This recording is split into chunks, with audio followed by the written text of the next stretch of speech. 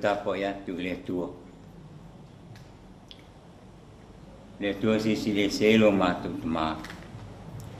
Evi ia pelu malumolo sisi ese ono neas fo o Taeao fo.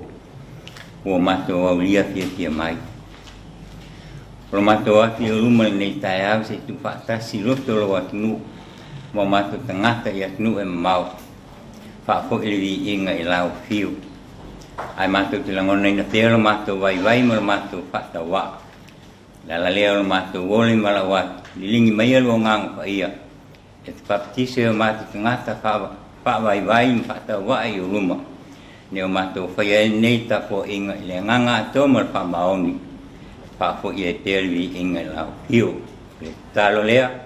La sua pe sur mato li male fa'ora. Ameni. La mau tus fai tau mo tatou ni Taeao tu sama fasina manga tus fai tawas le kalesia. I salamo e val sufa.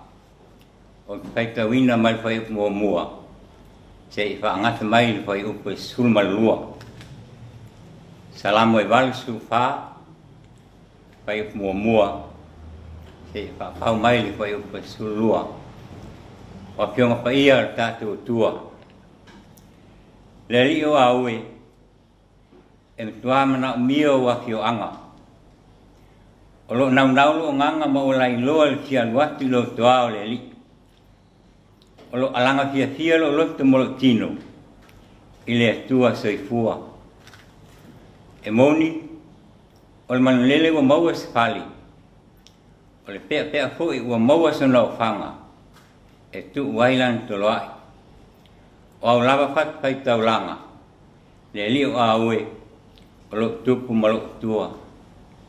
Amu ie la tau an nofo lo fali. La tau te vi pea ia ti oe. Amu ie ngata lo ia ti oe lo na malosi. O ala oi o la tau lo te ia. O iane la tau le vanu peka. O whaia lea i la tau mo vai puna. O ti ai il manuia o no le wanga mua. La tau sa bali mal malosi e tu pea. E iloa i la tau isiona i lumo le tua. Le li ie, le tua o au. Ia e wha fonga mai la talo. Le tua ia ko poi. Ia liu mai o fonga. Le tuai, lo mato tata. Ia e sia sila mai. Ia e mtua si sila mai ko fonga o lena e wha uina. Awa e sili lea so i tasi o lo tua i lo le afi. E sili lo manao i a tu i le fai to o le fale o lo tua. I le manao e mau i fale ia o ea mi le anga. Awa o le li le tua o le lalava ia mal tata. E fo ina mai e le li le alofa tu noa mal manuia. E le tau fie e ia se me le ie wa sao lo la tau sao vali. Le li ie am ia tangata o fatu atua ia ti oi. Tau ne whamanui mai le ngango le tua le tatu whai tawina na nā whiong ko ia. Mai atu maua pēa te ilan lawi inga nei se o le whaambau lava. Ameni. O le launga se waka malo le tua le mā. Le alo ma le ngang saa. Mawasam tua mo tatou ni Taeao. Mai tusi sa fai tawina salamo e valsu fa. O tia fa o ngaina foi upo e tolu. Male foi upo e fa. E moni, o le manulele wa mawas fali. O le pea foi wa mawas o no fanga e tu wailan tu loai. O au lava fat fai taulanga. Le li o aue. O lo tupu ma lo tua. Am ia la tau an nofo lo fali. La tau te vivi pea ia ti oi. Ala utua ma faufaunga fale anganga mo tatou ni Taeao. Matua matango fie na walu aptanga. Matua matango fie na walu aptanga. How lovely is thy dwelling place. O salamo sa fai tawina. E leo manino mai lo tonu po ain tu siaina. ai a fue whamtalanga whaapunga lo whaunga ina. E a tangia mai ai. O le salamo, o se tangata anu moni lava o Israel, na ia tusi a ina. Whamtalaina whai upe lua nau na te ingo le whai salamo, li fia o ilo toa o le li. A lo toa o le li, o lo o iai le malu. Pa ta sei ma fata faita ulanga i te sei ma fata faita ulanga i te tono i Jerusalema. Il fasolo mai o ngā tamao Israel. Pai mai o le maunga o lea fio anga lea o le tua. Peitai. Ino fasolo mai no fua inga tupu. O le taimi lea na be aile malu i Jerusalema. E fai no fuanga au tu o tapua inga i le tua. Lo lato tal tununga, o le malu, o le nofuanga e a fio ai le tua. I tu manga Israel, fai mai o lo lato fasina manga, o a lato ele, pa tasi ai ma le malu i Jerusalema. A ta alofa, a leo fa oa, ma o fai ma fale o le manlele, o fai ma o fanga o le pea, e tu wailana tu loai. E peon ta ua fai upu o fai mamatua. Lei tioa a fua le loto al fai salamo. A wao mea sina e sile ona wha me melo iai. O lona wha sina manga. A o lea o wha oa. Ma ua fai ma o whanga o manlele. O le pea e te sai mwhamtalanga o se manlele ta tele lat Europa. Ma tunu o Palestina. O whamtalaino se mani whilele ai solu. A wao lana lea nā tura. E le malolo. A o lana masani. O le whai leo le malu maona o whanga. E le ngata ina nofo ai. Ai wha fo ai marantoloa. A lati manino leo se tangata whai malanga. Ua maualon sa tonga. Ina ua mapu i le paolo o a ao alofa o le tua. Lona winga, e le ngata ina nofo ai, ai ua maua foilo nā manoa i whamanuianga le tua. A te wha upulala mana te au tū, e ma whai ona whapea, ma tua mata mo fie na walu o tanga, mo so stangata soifua. Salala ina fuale loto le fai salamu. Wafu e tangata e fai malanga. O tangata unu ese. A o lea o sapi whamungianga le tua. A le si tere lava. O fea o iai tangata o nu o le tua. Lea lai mo le mawai tusi sa tatou whaita wina. Le naunau ta ingo le fai salamu. E fia maua whamungianga. Male sa tonga e peon tal spaya e ilato. Wa fai le le atua mo lato aptanga. O le ngata i matango fie na wale aptanga. Ai wa fai mano fuanga. E fai lele. Ma tapu e aile soi fua fale anganga. O lato whanau. Le ala wha am ia leo le fai salamo ia lato nei. Awa o leo Tapua'iga sa loto. Ma ua whatu o la ngata atoa le li. O le pongai lea, lo lato malosi whakowina. O le talo whatawa anau la al whaisalamo i le atua. Wātangi ai le whanau nau o loto.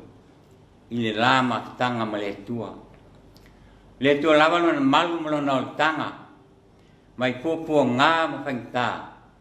O le soifuanga o lo whaingai ai pēr maia.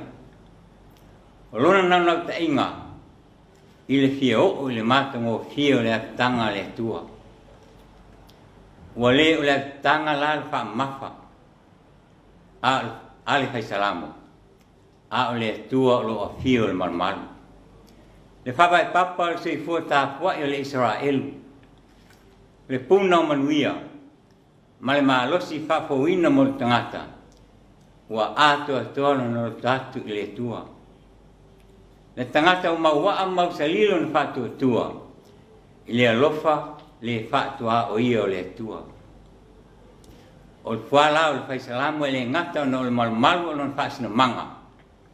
A o le tua o loo fio ai, i le atitanga mātungo fie. O sa te manino fo i lea i soi fuanga o le tangata, pe a whaina te maua le tua. A wāle tātou whai ngā malanga le nei o langa, e tumu i fi tā ma whainga tā. A eo i nei fi tā ma whainga tā. A o le atitanga o le tua, e malu ai le tangata. O le afuanga leo le pese al whaisalamo.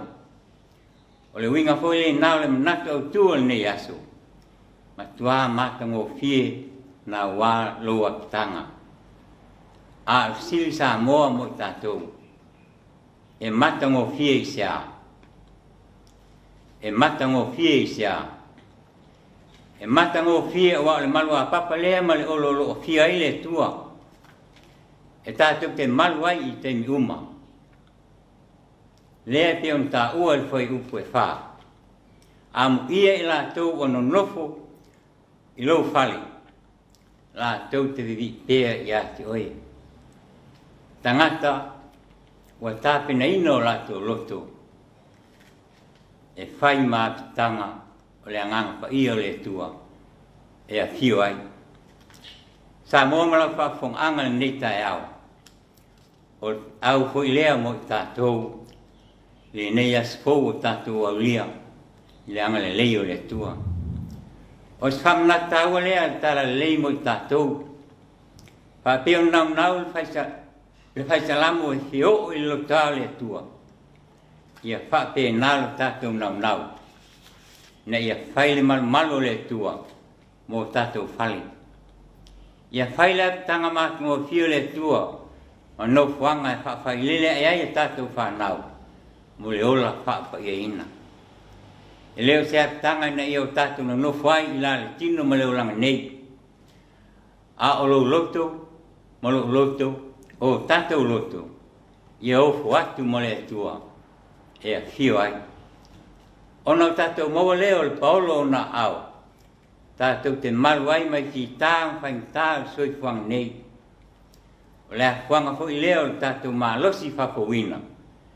E ma whai e o na whaau au pēr na tātou malanga. Na ia tini ma tau lau o le wha moi moi.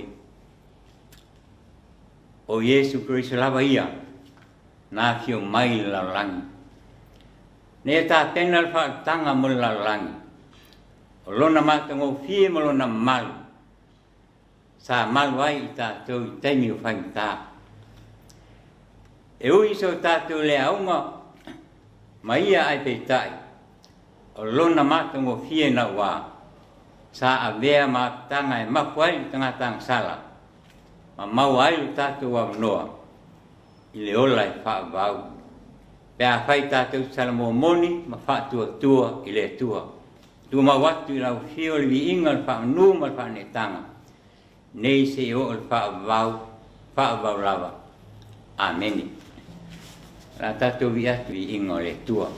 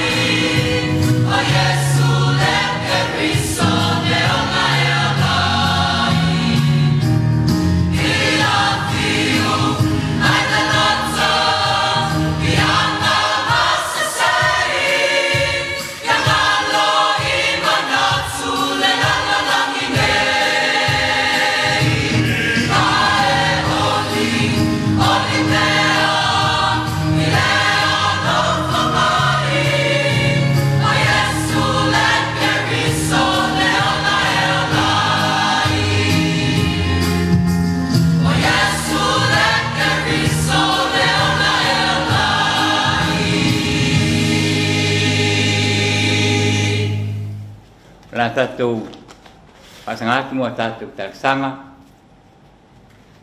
lalu faktai o tatu fatu senga pa tasai mo tatu noonga la tatu wifo matalu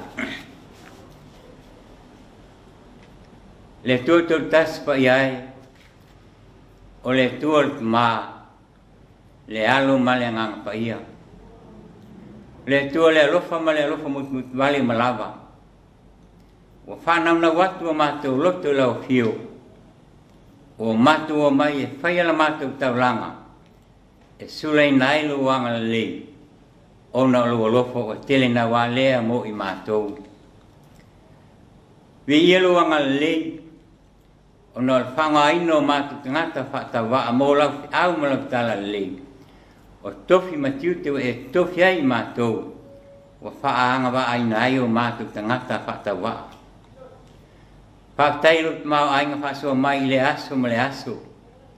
Lo si manga matu mo fiuro matu sapia nei. Aya fa mianga lo matu tuf tau fawai. Faktai lut nu o Samoa. O faile mo matu tufi. O lo ma loi fa vai lau fio. Eu lava lo matu le mau tonu mat meme ai. Ai matu tal tonu le ie. Lo e fatasi mai pea mo i matou. Faktai lo fiong pa ia. E uino matou le faitauina le aso mo le aso. Ai ua fai lava masuli o matou vai mal lama o matou ala uma. Faktai lo ngang pa ia lo matou sosan sili teimi lango nai fa vai vai. Nat fa mausia mo na ia lo matou ola tawi. Ai maise le fai mau tenga sili a walo matu sabalinga fa tua. Sili ala matu fa tai taulanga tong yolan sa unielo al pelo Yesu Kristo. O len maliulunga sa tau. Ni ama mau matu se mang sala. Tu mau lau hilvi inga nei se o al fa vau. Le tua mia tonue. E tonu masa o fam sinonga malava. E sila pia lava i matou. O i matou lava o tangata ang sala. E le ato toa matou whatinonga i o luma le li. I le tele o taimi. O le ala lea o le whaasifuatu. Lo matou whaasifuatu. O wa matou tino atu i matou lava o tangata ang sala. Pamangalo li fonga lo atunu. Mai lava i manga tele se ia pa ia mamaiti. Wang salai mātou le vau i mātou maisi o mātou usu a tangata. Ua whai maala tata mia o ngona mamnat o nisi. E fia tamu whai atu mo lau fio mo lo tala le. Pa mangalo i mātou pe a whai o le sawa mātou whai ma whai. I nu, a amatanga no mātou ainga. O fai maala o whaatupal masei malelelo ng tasyo tangata. Telefo tayo upuo mato luto i nea laulang. Ay o whaatua na i nea tau lau fiu. Pamangalo i matua pe a whai ule tusala matua o wati a mato whanau. Malei wha maoni na mato tau singa lau uloa tauan fowai. Pamangalo foi mato whanau ay masalawa tupulanga. Ona oanga ma mionga le mingau te le sila iai. Ona oa fianga lavo le tatau fou o iai nei. Lo fangia Samoa malan whainga malo. Pamangalo yon tai i whale e kale sia. Pea whai ule tonu masa o whai mwhai. O matu talo le atuai. Alofa whamangalo i matu e ala le totu tau o Yesu Kristo lo matu li male paola. Awa o mai pea lau fio ina i o mātou i loa on salmo wha maoni. Pui tua i leanga. A i o lotu atu i lau fio. Awa le tamai. Le tua le puna o manu i o malava. E te whaafunga ina o mātou wala o atu le tua. Mātou te mantua tama whanau. Aloa tunu o sala lau wai atu lau. Ona lau au maltala lei. Familia ya te la tau. Pana fo i maainga. Lo au mawai so se tafa lau langi on sa ilinga manuia. Ia e tau siam ha taspea ma i la tau. Mato mantua lo la langi vesi ono tawang vai inga o malo. Ya wawe mai stai me o atuai lo file mu ya ila tau. Alo fangia fo mai po poto tam whainga tom fitinga i wha mai ese o lo fiaile la langi atua. Ya lo fangia la tu enga mamau per to wha mai lau fio. Ela mai ailu mana wha malo lo. O ai wha no noa no el wal au, ale maliu mo leoti. Ia wha mapan whanaine lo ngang. O ai foi oi mauta ngas ngate pe pata autolia i mauta ono ti ngai mai o tino. Lango maluina pea eu au lofa o latu ti ngā uma. Na eu mato usam tua whawhine te maam na ai mese whanau o tu tunu tu ese ono tu lingo whasalanga. Se elo whangia la tu i leo loina pea elu nganga ni ilango naina salamo. Ma fuli tua mai langa sala. Ai atu e fua ta istai a fō molta lo latu wola. Mato tal pea mo Samoa to file mu mlau tai tenga malu yon tai uma. Wai kale sia fo i malo latu tula i mai fa fo ino latu. Me umai tu sai malo latu wala wina. Yo latu faya malami tunu. Faya mal sao ai fa vai ne umai lau fiu. Ya mau i ma to mon malo fo mai. Ai tu mau mai pero lo fa so mas. Mosio matu atnu. Alo fangia la matu i fonga nei. Tai sao ngal moat lo matu wola le amateli ai au ngal wengo le nei as. Wana o e taula ai o matu fa moi nga uma. E tu mo mai e lungo Samoa. Malela langi ato le lo tuno o lo matu tu al ma. Malela fa mut vale lo laval pelo Yesu Kristo. Lo matu li male fa ola. Ai ma tena pe matu lo lawangang pa ia. Nei se o atu pa vau lava. Amen.